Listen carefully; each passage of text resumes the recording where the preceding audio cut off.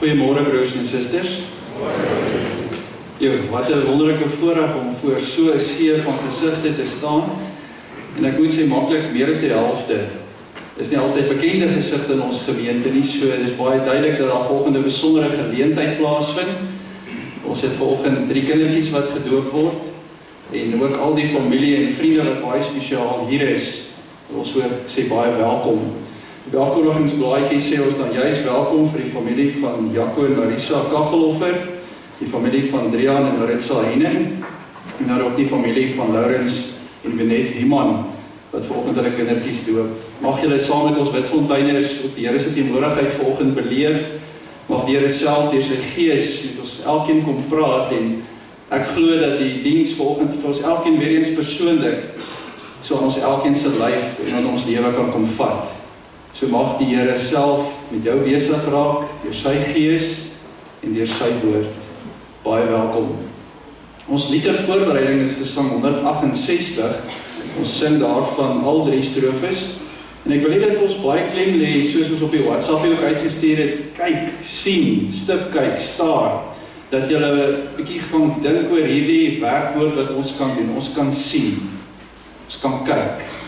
En as daar nog 'n bietjie verdere woorde soos aansien, wanneer die Here ons lewens aansien, of raak sien, en ook in ons liedere wat ons vandag almal sing, om hierdie werkwoord telkens ter sprake. Gesang 168, ons loof die Here in ons lied ter voorbereiding, al 3 strofes, waar ons bly staan vir die uitspreek van die fotum en die seën, en die ouderling wat die lofsang aankondig.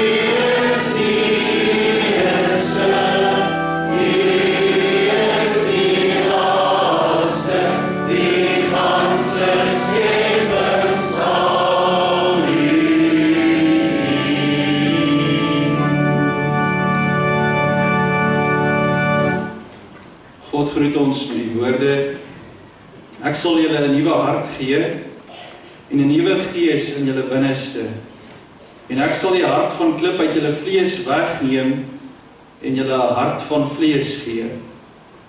Geliefdes, genade en vrede vir julle van God ons Vader, van Jesus Christus die Here, deur die kragvolle werking van die Heilige Gees. Amen. Kom ons vra vanoggend met ons lofsang die Here se guns.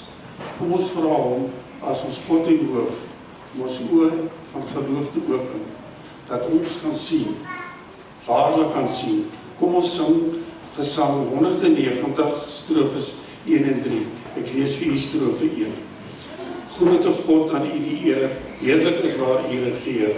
Hemels is u majesteit, heilig u geregtigheid. U wat alles onderhou, u is ewig en getrou. strofes 1 en 3.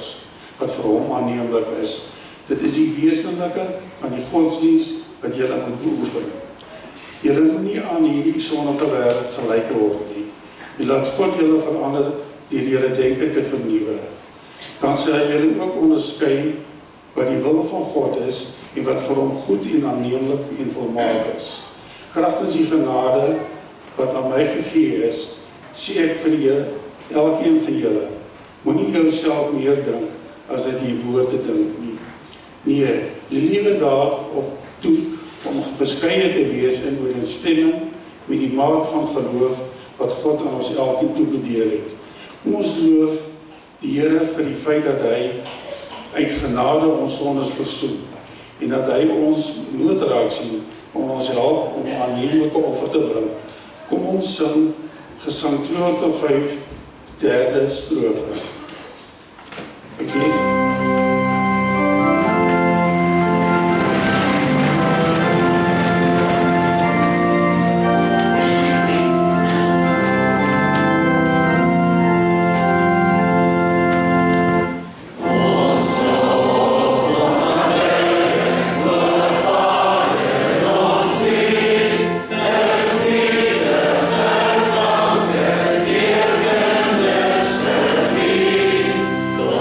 See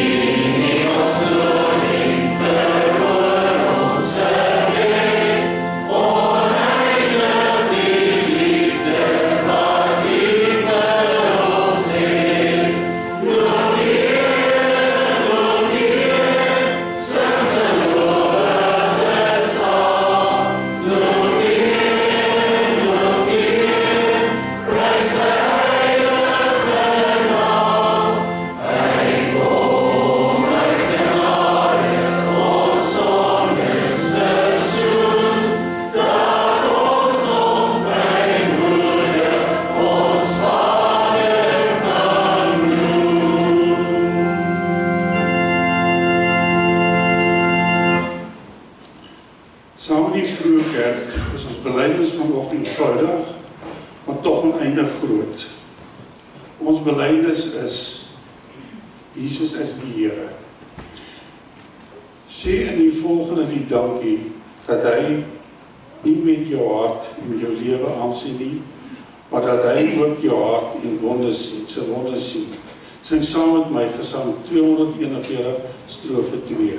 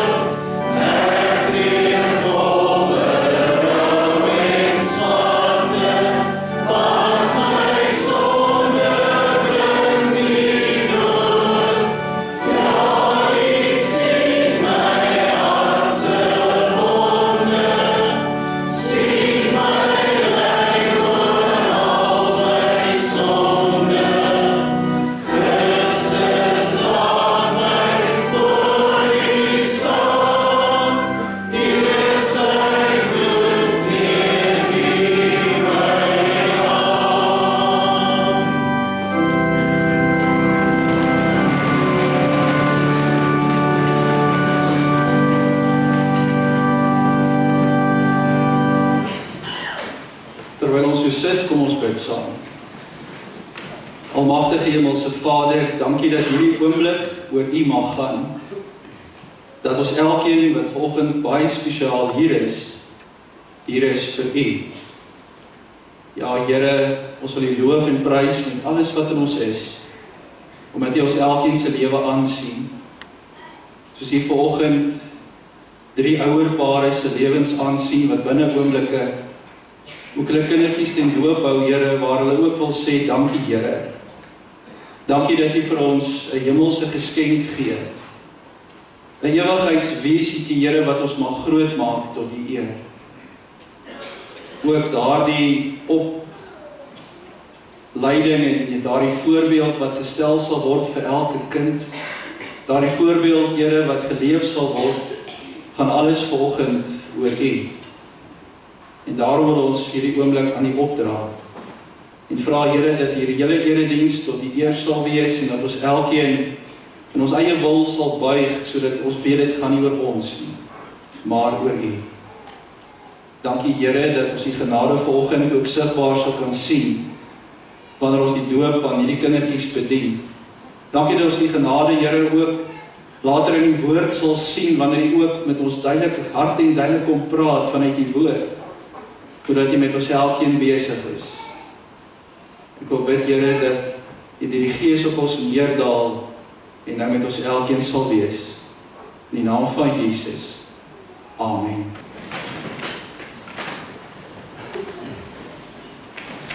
Wat lê en loer voor jou deur, die tema vir ons preking vanoggend. En dan kan seker enigiets geantwoord word op die eintlike vraag wat so wyd, soos die eerste genade gevra word. Wat lê en loer voor jou deur?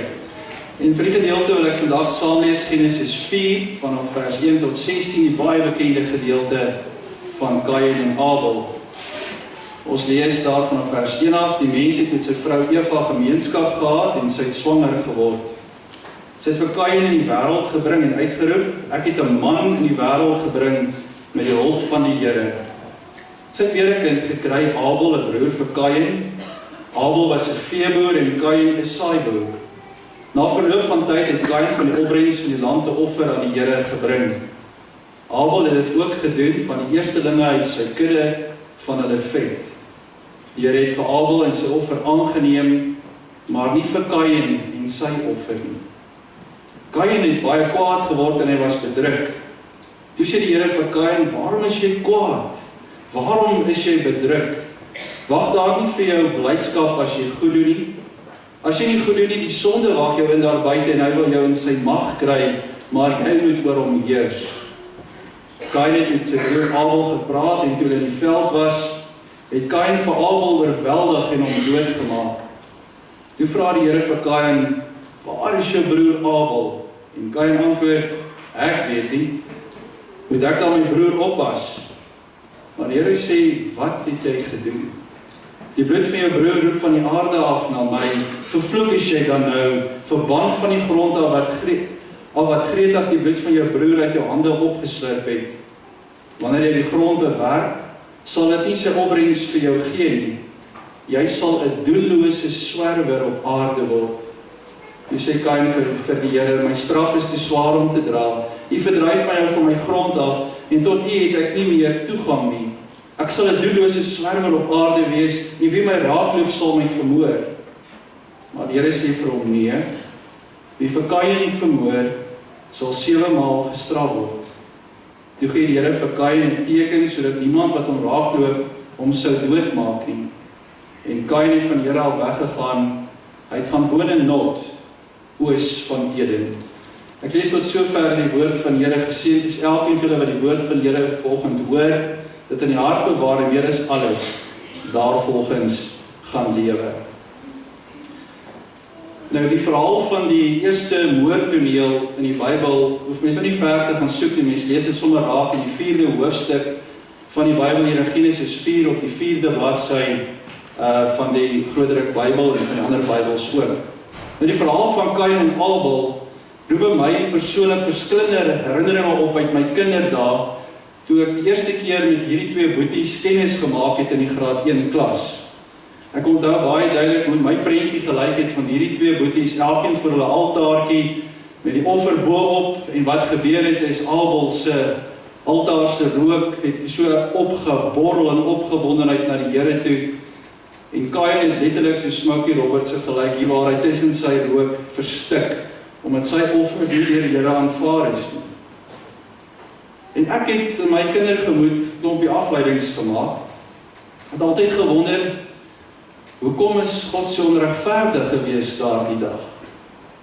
Hoekom het God die een broer se offer aanvaar en nie die ander broer se nie? Ek het gewonder of God dalk eerder uitkyk vir die tipe offer wat 'n mens bring. Kyk God dalk eerder uit vir 'n vleisoffer, voordat hy kyk na 'n bietjie groente en vrugte wat jy offer? Ek het selfs gewonder, hoekom het God die oudste kind gekies om nie te seën nie en wel die jonger seun geseën?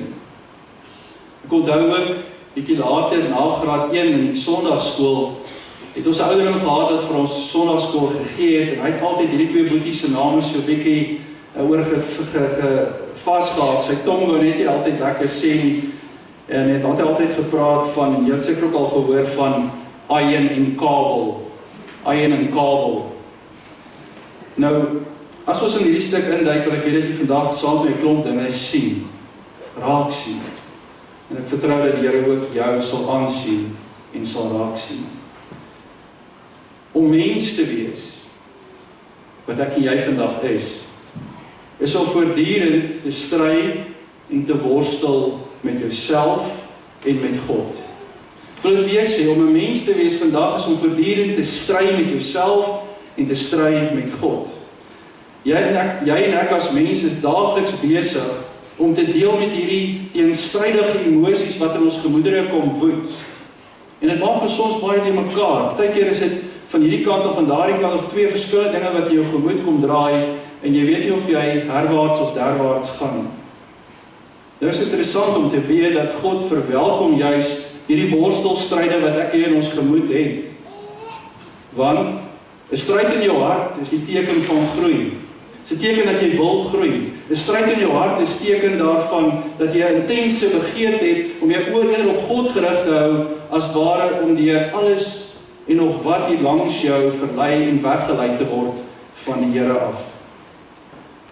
Nietzsche stel dit as volgens sy boek Beyond Good and Evil. Hy sê, he who fights with monsters should look to it that himself does not become a monster, and if thou gaze long into an abyss, the abyss will also gaze into thee. Vry vertaal klink dit so, hy wat beklei met monsters, moet mooi kyk daarna dat hy self nie 'n monster word nie. En as jy lank genoeg in 'n afgrond inkyk, sal die afgrond ook na jou begin kyk. Die verhaal van Kain en Abel stel dit vir ons baie mooi volgend. Die afguns, die bose, is op die loer by die deur van jou en my lewe. Afguns is waarskynlik die diepste wortel van alle ewel en alle kwaad. Ons almal ken afguns. Jaloesie. Afguns is daardie verterende, ongenaakbare begeerte om na stigtelik te hê wat ander het. As jy dit het, dan moet ek dit kry, dan moet ek op 'n manier 'n plan maak om dit wat jy nou het, myne te maak. Afguns is daardie begeerte om soos iemand anders te wil wees. Afguns is om te kry wat iemand anders reeds ontvang het. Afguns is om te ontvang wat jy reken jy fair en square verdien het in jou lewe. Hierdie ewel, hierdie afguns, hierdie begeerte wat baie keer opwel in ons lewens, is onlosmaaklik deel van jou en my lewe. Want wie van ons ken nie afguns nie? Wie van ons ken nie jaloesie nie? Want afguns en jaloesie is te vind in die kern van ons menswees, in die kern van ons menslike natuur. Die menslike natuur is hoe ons gemaak is sonder die Here. Menslike natuur is daar waar ek en jy sal beklei vir ons reg om te lewe. Dis waar ons alles sal doen, waar ons besef hierdie lewe gaan oor niemand anders as oor myself nie. Dit draai alles net om myself en my behoeftes. My menslike natuur ken nie iets soos vergifnis nie. My menslike natuur ken nie iets soos ek is jammer, ek het droog gemaak, vergewe my nie. My menslike natuur is nog nie aangeraak altyd deur die liefde van die Here en sy vergifnis nie. En daarom vandag sit ons hier eintlik met 'n ander natuur, natuur wat God vir ons gegee het, 'n natuur wat sê, Jimmy wat eintlik so selfsugtige wese is, word verander deur God om wel homself verander te gee, soos jy ook die voorreg het om by jou menslike natuur verby te kom, omdat die Here deel van jou lewe is. En nou het jy die voorreg om anders te wees, om te kan vergewe, om self te weet wanneer jy droog maak, om te sê, Here vergewe my, of vir ander te kan sê, ek is jammer, vergewe my. In ons menslike natuur, waar ons afguns en jaloesie ken, weet ons dan vanoggend dat in my en jou lewe dit altyd sluimerend is altyd teenwoordig. Ten spyte van die Here se teenwoordigheid in ons lewe, loer daar voor ons elkeen se deur 'n stuk afguns en 'n stuk jaloesie. Afguns word gestimuleer deur die oog. Afguns word geaktiveer deur die oog. Afguns word absoluut gestimuleer deur daardie begeerte na dit wat jy sien en jy weet jy wil graag dit hê. Daardie soeke na dit wat jy so graag begeer. Dit wil jy graag hê. Jy sien iets en dadelik reageer jy. Jy weet in jou binneste ek begeer om dit te hê. Ek wil dit so graag hê. Dis wat daardie afguns met jou doen. Nou baie duidelik wil ek daarom net sê vir ons manne, die staar of stip kyk hier is nie die agterna staar wat baie van ons mans of al ons mans dan het, wanneer 'n mooi vrou by jou verbystap en jou kop so onnatuurlik ruk om te kyk na die vroulike figuur en dan so oppervlakkig 'n stuk begeerte nie. Dit is nie dit nie. My oom het altyd in die verband gesê, kyk is gratis. Kyk is nie vry nie.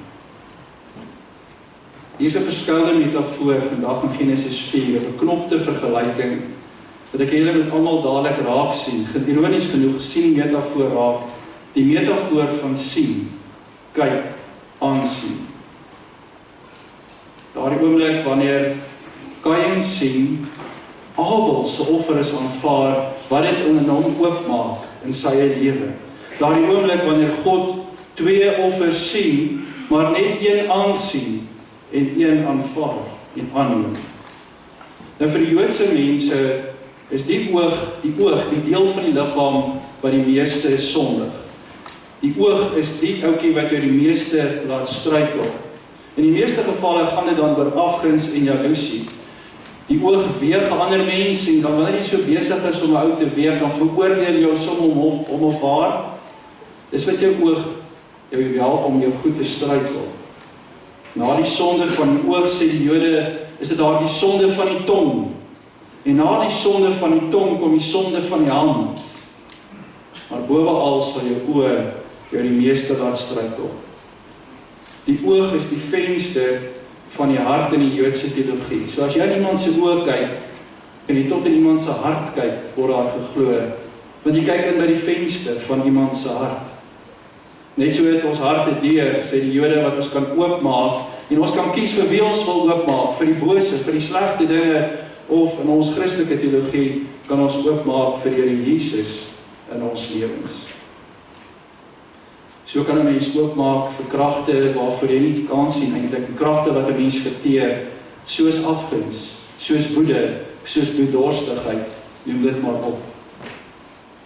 Die stipkyk, die staar, die sien in die verhaal van Kain en Abel, kom van hierdie begeerte dat God in guns en vreugde op jou lewe wil neerkyk. Ons almal, wie van ons wil vanoggend nie hierdie behoefte hê, het hierdie behoefte dat ons, soos ons hier sit, wil sien dat God se guns op my lewe is nie. Wie van ons wat hier sit vandag wil nie weet dat God vandag positief my lewe aansien, my lewe aanneem en my aanvaar vir wie ek is, met die offers wat ek ook vir hom bring nie. Ons elkeen wil graag deur Here aangesien word. Die oorspronklike Hebreëse vertaling van God se vreugde in Abel se geval word juist letterlik vertaal in die ou Afrikaanse vertaling. Die Here het Abel en sy offer genadig aangesien. Die sinoniem daarvan word in die nuwe vertaling so vertaal: en God het Kain se offer aangeneem. Om aan te sien en aan te neem, dan die sinonieme. Die Here het nie Kain se offer aangeneem nie. Mens wil as ware sê, dan nie aangesien nie. As ware het God bo oor Kain se offer gekyk, dat as ware ongesiens laat verbygaan. En God se kyk van vreugde, God se kyk van ek neem dit aan, daardie reaksie wat begeer word deur alle mense, dat God so sal reageer op ons offer, het nie vir Kain gebeur as gevolg van sy plusgetroue offer wat hy vir die Here gebring het nie. Want sy hart was nie in sy offer nie. Dit was 'n leë stuk pligpleging, sy offer was leeg, soos sy hart leeg is. Vir Kain was dit 'n doodse ritueel. Net nog iets wat hy moes doen. 'n leë stuk pligpleging, iets wat vir hom voorgeskryf is. En in plaas van hom in die eerste plek dadelik na homself te gaan kyk, en agter te kom, maar waar lê die fout? Hoekom het God nie my offer aangeneem nie? Maak ook Kain die fout om by homself verby te gaan, Abel se offer te sien wat aangeneem is, en daar sê sommer dadelik op Abel se keus en vir Abel te sê, hoekom het die Here jou offer aanvaar en nie myne nie? In plaas van hom hand in sy eie boesem te steek en te gaan kyk na sy eie hart se gesindheid en dit self mooi te ondersoek, maak Kain die fout van sy lewe. Kan hy nie insien dat die fout daar by homself lê nie. Want Kain kan nie foute maak nie. Afguns sypel dadelik sy lewe in, en jy en ek as stille toeskouers sien hoe 'n verharde, afgunstige hart, 'n liefdevolle hart haat. Want 'n afgunstige hart kan nie 'n liefdevolle hart erken nie. Dis 'n taboe, jy sal dit nooit kry nie. En dan vind daar 'n emosionele uitbarsting plaas, hierdie absolute tantrum, absoluut gebore in hierdie afguns en jaloesie. En Kain weet, God het my nie aangesien. Kain het so gehoop, hy het so begeer, Here, sien my offer raak, sien my aan, asseblief, ek wil net hê dit aanneem. En toe dit nie gebeur nie, reageer hy menslik, en afguns gaan hy af op Abel. Daardie dierlike, onstuimige gevoel van ongeregtigheid en onregverdigheid wat ons in ons het, borrel sommer in 'n Kain na vore outomaties, wanneer ons nie so goed behandel word soos wat ons wil graag hê ander moet ons behandel en God ons behandel, dan is ons dadelik, maar dis onregverdig. Dis ongeregtig. En hier sit ons almal is mal oor komplimente. Wie van ons hou nie van woorde van waardering nie? Wie van ons hou nie daarvan om te hoor, baie dankie, jy het vir ons goed gedoen, jy het absoluut die wonderlikste hart, dankie vir jou omgee. Woorde wat ons elkeen net laat goed voel. Ons almal hou van komplimente. Ons mal daaroor wanneer ons met guns raak gesien word en waardeer word en aanvaar word vir wie ons is. Veral ook in die gemeentelewe. Wanneer ons elkeen ons plekkie vol staan met die vaardighede, talente, dit wat God vir ons gegee het mens baie keer stilweg daar die erkenning kry vir dit wat jy doen. Ons is mal daaroor om vertel te word dat ons oulik is, dat ons mooi is, dat ons vriendelik is, dat ons gaaf is. Ons is mal daaroor dat mense hou van die persente wat ons vir hulle gee. Dat jy met soveel moeite gaan soek het, keurig uitgesoek het, jy waardeer dit wanneer iemand jou persente waardeer. Ons is mal daaroor om te hoor dat mense dit waardeer wanneer ons iets spesiaals vir hulle gedoen het. En hoe meer komplimente ons kan kry vir die min en bietjie wat ons doen, hoe beter is dit nie? Kom ons wees vanoggend baie eerlik met onsself. In ons verhouding met die Here, hierdie verhouding van wat ons verwag dat God aan die ander kant af ons sal aansien, dat God my sal raak sien in my verhouding met hom, en hoe ek opreg my offers bring en my lewe gee vir hom. Hoeveel tyd spandeer ons werklik in aanbidding voor die Here? Hoeveel tyd spandeer ons werklik om te bid? Hoeveel tyd spandeer ons regtig om goed te doen aan ander en die Here so te dien? En aan die ander kant, meeste van die tyd wanneer ons iets goed doen, verwag ons natuurlik dat daar iets moet terugkom na my kant toe wanneer ek reeds gegee. Of ons dit nou wil erken of nie, dis baie selde dat ons werklik iets gratis en verniet gee sonder om iets terug te verwag, dalk 'n guns. Ons verdien daarom ten minste net 'n dankie as ons dan nie 'n guns kry nie, of 'n liefdevolle glimlag of 'n hand op die rug wat sê baie dankie. Ek waardeer wat jy gedoen het, daardie erkenning, of iets wat sê, ons is goed. Ons het goed gedoen, ons word raak gesien met vrede en vreugde. Dit word aangeneem, dit word waardeer. Hoeveel van julle het al iets wonderliks by die huis gedoen, by die inisiatief geneem, ingespring, baie moeite gedoen, iets verrig om die huis, en jy kan eenvoudig nie wag dat jou mense huis toe kom nie, jy kan nie wag dat jou man of vrou, pa of ma of vriend huis toe kom. Hulle kan sien wat het jy gedoen en hulle reaksie kan sien, hoe gaan hulle reageer. Wat gebeur wanneer hulle nie eers notisie neem van wat jy gedoen het nie? Jy het 'n paar dae daaraan gewerk, 'n week of 2, en hulle sien nie eers 'n verskil nie. Hoe voel jy? Dis wel amper sê iets. Eina. Maar dit is nie lekker nie. Is jy mal van woede? Is jy teleurgesteld of is jy 'n brombeer grommend omdat jy nie raak gesien is nie? Jy het baie tyd spandeer om iets goeds te doen. Iemand anders het dit eers raak gesien. Of miskien het jy 'n klein plaasie prys betaal om 'n persent te koop vir iemand en dit word nie eers waardeer nie, dit lê daar onoop gemaak. En in jou hart voel jy, dis nie lekker nie. Mens verwag daarom 'n dankie nie. Dat jou poging dalk net erken sal word en raak gesien sal word en aangeneem sal word. Wat gebeur met jou? Ja, wat gebeur met jou wanneer jy agterkom, maar my beste poging word nie raak gesien?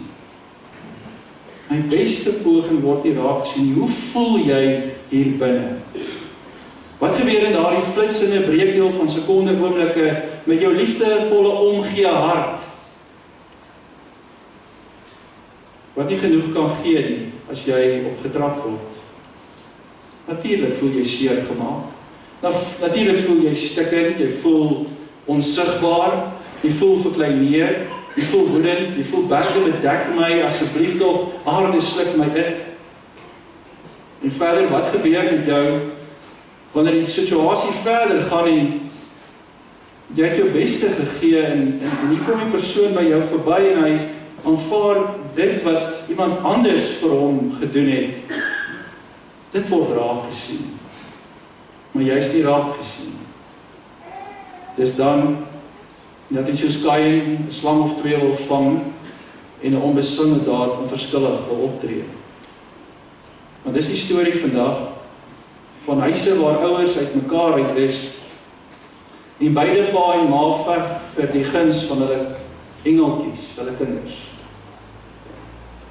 Dis die storie vandag van hulle wie se ouers sterf en 'n massiewe verrassing vir hulle kinders nalaat in hulle testament, waar alles aan die DBV bemaak is in plaas van hulle as kinders wat lewenslang na hulle ouers gekyk het. En die verwagting dat daar iets sou nagelaat word. Dis die storie vandag van Christelike gelowiges soos ek en jy, wat meer aandag verwag van God. 'n God wat lyk asof hy baie keer meer besig is met ander en meer seën en meer guns uitdeel aan ander mense as aan my. 'n God wat met meer passie na ander kyk, selfs mense wat my vyande is, mense wat selfs nie eens Christene is, die word meer geseën. Hoe voel jy dan? Nie regverdig nie, dink jy? Tog is Jesus se raad vir ons dat wanneer ons offers bring en selfs wanneer ons met die Here praat, selfs in gebed, dat ons weet dat hy ons altyd, maar altyd aansien.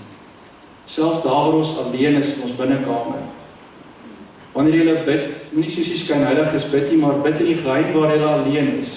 Nie op die straathoeke sodat die mense jy kan sien. Nie as jy bid, gaan in jou kamer toe, maak die deur toe en bid tot jou Vader wat jy nie kan sien. Jou Vader wat jou sien wat verborge is, sal jou beloon. Jou Vader wat verborge is, sal jou beloon. Wat gebeur met jou wanneer God jou nie raak sien? Wat gebeur met jou wanneer God jou nie aansien? Wanneer jy alles en nog wat 100% gedoen het, jy gaan kerk toe jou hele lewe lang. Jy doen wat van jou verwag word as kind van die Here. Jy volg al die reëls soos 'n slaaf na. En wanneer tragedie toeslaan, dan voel ons God het al die goeie dinge wat ons gedoen het, nie vir een oomblik aangesien of raak gesien. Ons begin vergelyk soos ou Kain gedoen het. Kain het gewonder, Here, hoekom? En gaan hy toe op Abel uit. God het wel die ander aan die ander kant raak gesien en doen vir hom alles. Jou se lewe is okay. Hier sit ek in my tragedie. Sy kinders het nie seer gekry nie. Hy het nie sy huis of sy werk verloor nie. Sy vrou is nie dood nie. Sy salaris is nie gehalveer nie. Waarom, God? Waarom kan U nie U guns op my laat neerkom nie? Waarom kan U my, ja, vir my en my lewe en my offers nie raak sien nie?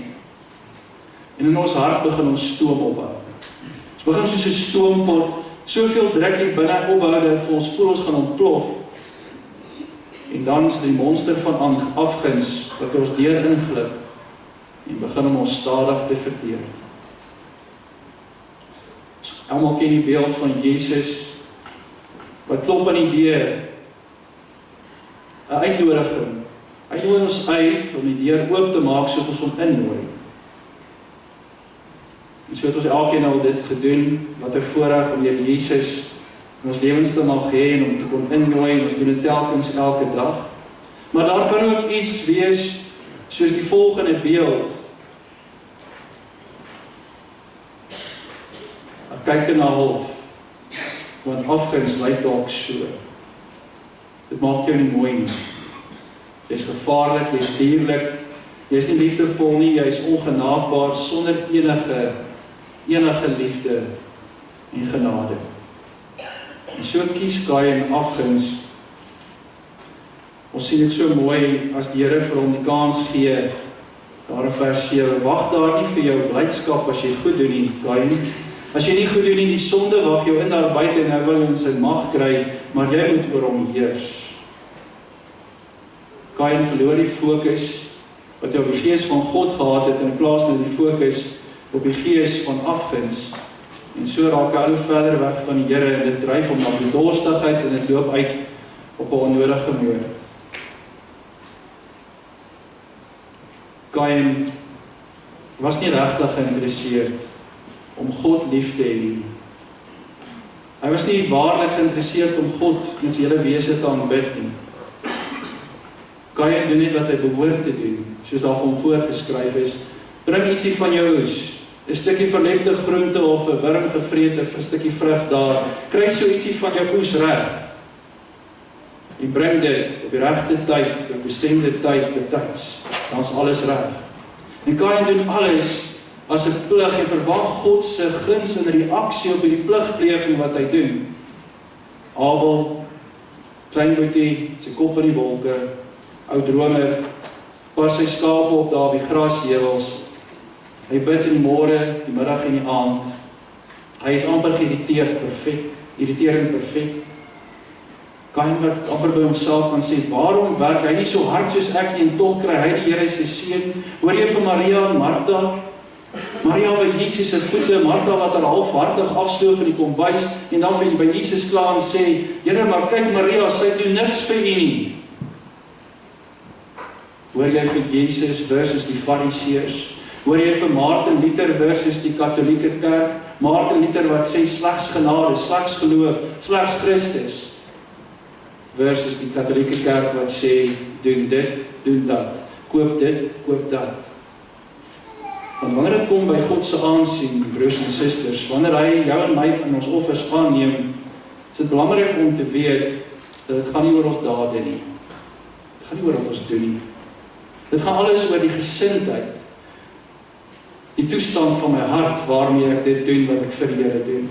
God is geïnteresseerd in jou hart en nie in die dinge wat ek en jy elke dag doen om dit te aanvaar of aangesien te laat word nie. Want God se guns word nie verdien nie. Dit word vrylik gegee. Dit word vrylik as 'n geskenk van genade, vergifnis en liefde uitgedeel. Selfs ou Kain kry hierdie liefde. Hy kry hierdie vergifnis en hierdie genade met daardie teken wat God vir hom gee. Niemand sal aan jou raak nie. Niemand sal jou doodmaak nie of hy word gestraf. Letterlik kry hy sy lewe terug by God. Selfs al moes hy die prys betaal vir die res van sy lewe as gevolg van sy afguns. Die Hebreëse name van Abel en Kain is baie interessant in hulle betekenis, want dit sluit die verhaal op. Kain en Hebel. Kain se karakter reflekteer sy naam. Dit beteken ironies genoeg letterlik om te kry, om in te palm, om te verkry, om te besit. Dis wat Kain beteken. En waarlik was dit die hart van Kain. Hy wil die beste aandag van God kry deur die minste te doen. Hy wil God se genade en God se aansien hê. Hy wil God se guns besit. Hy verdien dit. Hy moet God se aansien hê.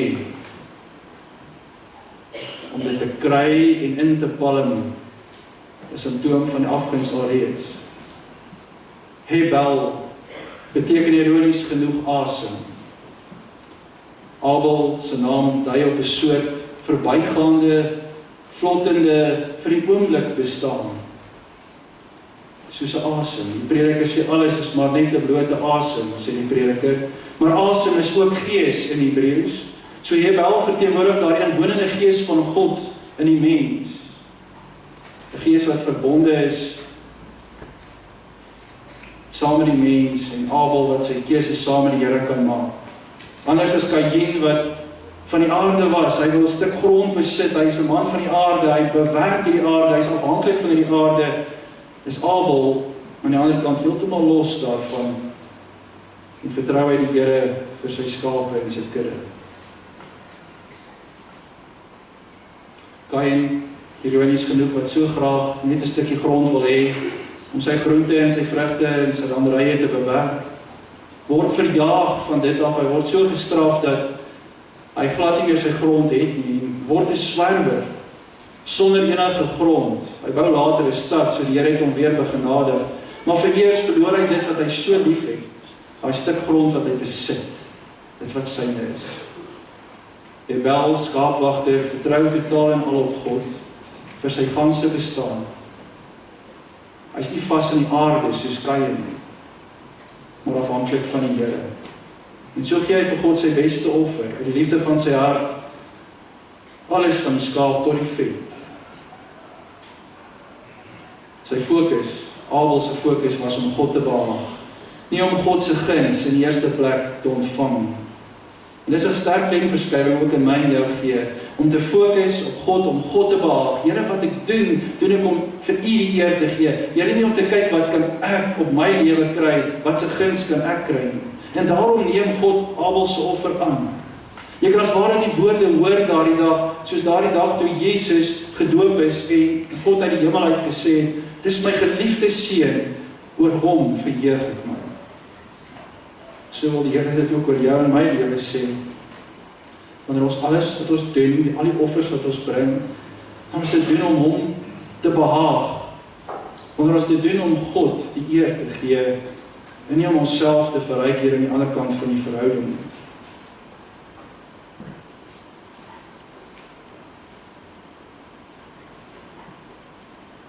Kain was seker net so jaloers op Abel soos die Fariseërs op Jesus was daardie dag. Hier kom hy, en hy word gedoop, en hier word 'n stem in die hemel gehoor met 'n duif, wat afkom en sê, oor hom verheug ek my. Nie is ons is die Fariseërs, ons doen al jare al lang die wette van God, kom met slaafs na, wie is hierdie Jesus? Ek wil afsluit vir jou te sê, jy sien, om Jesus te volg, om God waaragtig lief te hê, gaan nie daaroor om te doen wat nodig is nie. Om Jesus lief te hê en om Jesus te volg en om God lief te hê, gaan nie daaroor om te ontvang wat God vir jou verskuldig is. Maar dit gaan daaroor dat jou hart absoluut suiwer moet wees voor die Here jou God. 'n Hart wat gefokus is op die Here, 'n hart wat elke liewe dag die Here innooi en sê, Here, hier in my huis kan tuis wees. Wie klop aan jou deur vanoggend? Of wie lê en wag voor jou deur? Vir wie gaan jy oopmaak? Wie gaan jy innooi om jou lewe te regeer?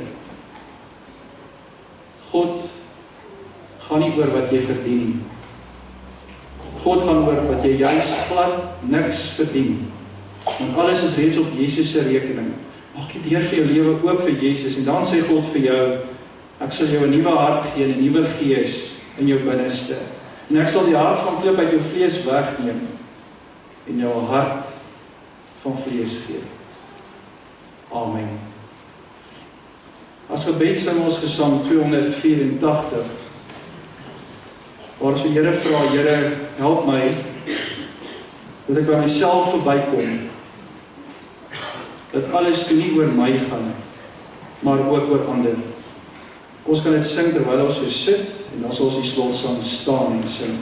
Ons gebed Gesang 284, die 3 strofes.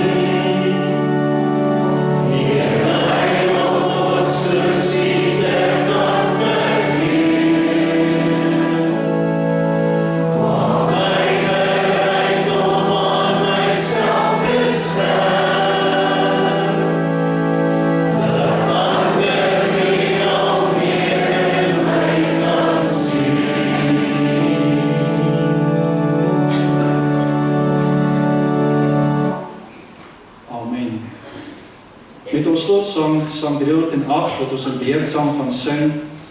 Kom ons en ons gee ons lewens opnuut vir die Here, die hele faset daarvan, ons alles vir die Here.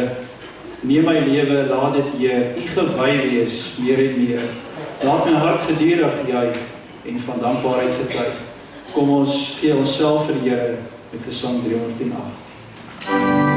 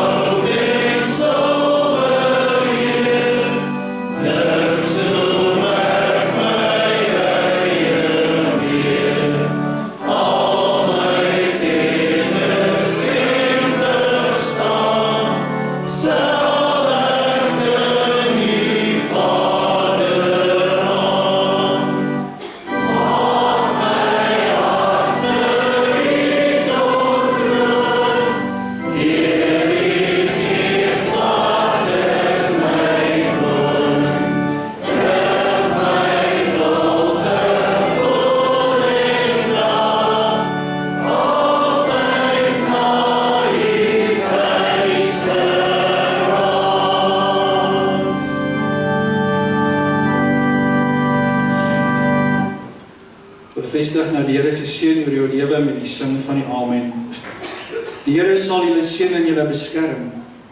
Die Here sal tot julle redding verskyn en julle genadig wees. Die Here sal julle gebede verhoor en aan julle vrede gee.